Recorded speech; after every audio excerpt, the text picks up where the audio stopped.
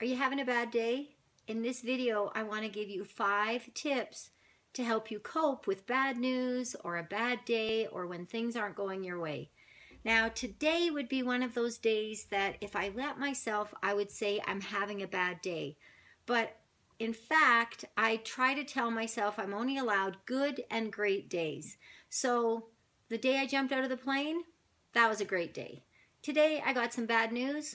It's only a good day.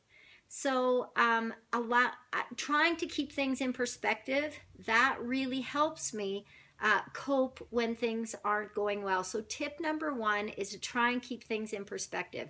So the bad news that I got today is not something like Hurricane Irma has, decimated my home and business, and I've lost family members. Like, nobody died today. So I have to keep things in perspective.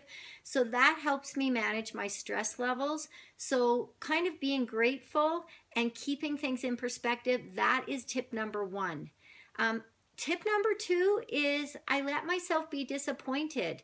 It's okay when you have a bad day or something stressful. We wouldn't be human if we didn't let it kind of allow us to be disappointed. So yeah, I'm disappointed and I acknowledge my disappointment, but I know that if I just wallow and sit in disappointment, that's not really going to help me. So number 1, keep my news in perspective. Number 2, acknowledge it, but then I've got to move on from there. So the next thing I did, it's always a go-to for me, is I just went for a walk because I needed to clear my head, and activity or exercise helps me do that. So tip number 3 was to exercise or do something physical because it helped to relieve my stress. Now tip number 4 was action relieves anxiety. So I just had to kind of wrap my head around that bad news and then decide, okay, well, what am I going to do about it? And I just did one small thing and I already feel better.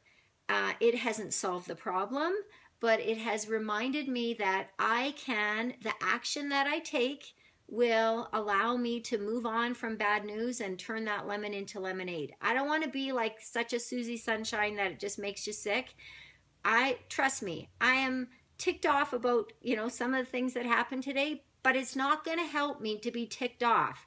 It's going to help me when I take action. So tip number 4 is to make your to-do list and even just do one small thing because action relieves anxiety.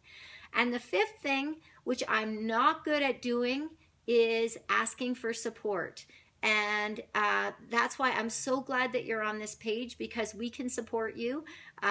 And just asking for support, reaching out, telling somebody. I actually phoned my dad, and my dad is such a sweetheart. He's had a couple strokes, and so he's pretty with it still. God, this hair, that's the least of my worries though.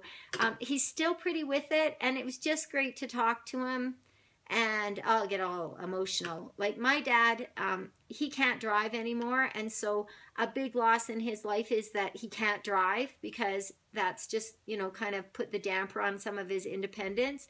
And so when I look at my life, and then I look at, some of the struggles my dad is having with his health, and like, I've got my health, I can drive, I can take control of a lot of things. So talking to him and having, like, I probably did more reassuring to him than him to me. I know that he believes in me, but I don't want him to worry about me, but just, having a kind heart and someone to listen to, that I trust, is super helpful. So let me recap on how to cope when you get bad news or when you've had a bad day. First of all, don't allow yourself to have a bad day.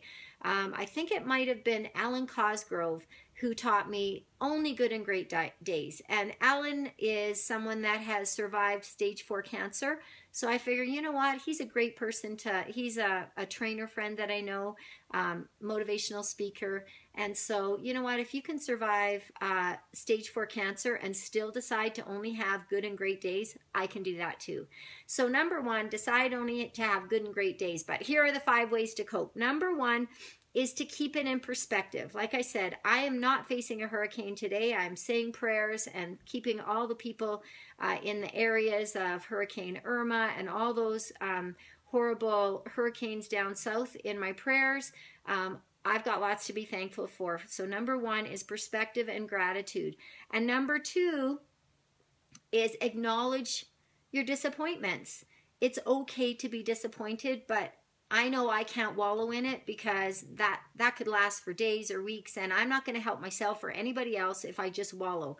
So I'm going to allow myself to, acknowledge disappointment and then move on. And number three is exercise. Duh. Like, of course I'm going to say that, but I know for me it helps. I took a walk. It helped clear my head. A walk for me is not super exercise, but just physical movement does help me move. It does help me clear my head. Number four was I made the to-do list because action relieves anxiety. And number five was to ask for support, which I'm not good at doing. And I appreciate you supporting me on the Healthy Secrets page. And I hope that if you're facing adversity or a stressful day, that you have people in your life that you can reach out to. If you're having, that's why we're on this page, because we can help each other as well. So that's just my little tip for today, because stress is real. Stress is going to put belly fat on. Stress is going to, interrupt your sleep and your quality of life. And I'm not going to let stress get the better of me, because I've got to be bigger than that. We've got to rise above, and I'm here to help you. The people on this page are here to help you. That's my message for today. I hope that you had either a good day or a great day.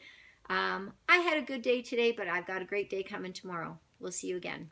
Make sure to invite your friends to Healthy Secrets for Women 40 Plus. All right, see ya.